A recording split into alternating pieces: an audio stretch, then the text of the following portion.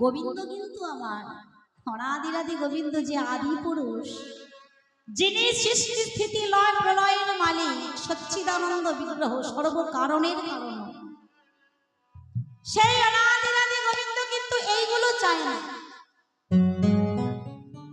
সে কি চায়?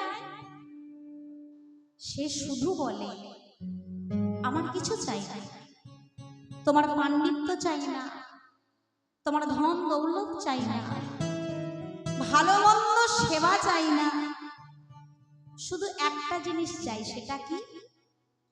তোমার এই সরল মনের প্রেম আর ভক্তি। ওই প্রেম ভক্তি দিয়ে তুমি যদি আমায় ডাকো, আমি তৎক্ষণাৎ তোমার হয়ে যাব।